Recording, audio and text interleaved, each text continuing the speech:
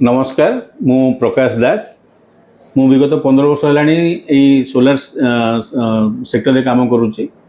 प्रधानमंत्री सूर्यघर स्कीम टा central government रो एक इनिशिएटिव एवं यार इनिशिएटिव नवर अर्थ है भारतर प्रत्येक घर को एनर्जी इंडिपेंडेंट करवा एवं पॉल्यूशन को रोकवा एवं आगामी दिन में एनर्जी रो जो शॉर्टफॉल हम ताकू केमती सहजरे मुकाबिला करी हबो।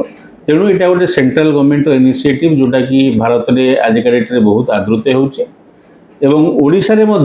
ओडिशा सरकार ये स्कीम को प्रोत्साहित करने बहुत माने सेंट्रल स्कीम सांगे ओडिशा सरकार सहयोग करिकी आगू बढ़िया साहाय्य कर। पीएम सूर्यघर स्कीम अंतर्गत आपण ओडिशार जेकोसी लोक 1 किलोवाट रु नहीं 10 किलोवाट पर्यंत सोलार सिस्टम निजर रूपटॉप रे लगे पारे।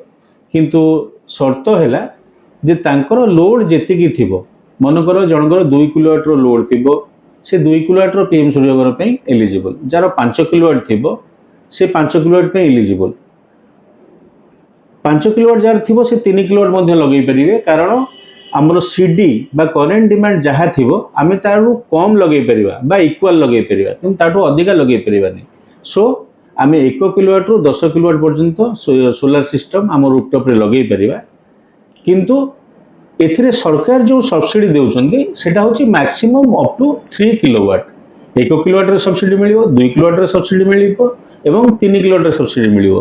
3 किलोवाट ऊपरे जहाँ लागिबो सेटा पूरा पैसा कस्टमर को दवा पड़ो। 3 किलोवाट पर्यंत से सब्सिडी पाइबे।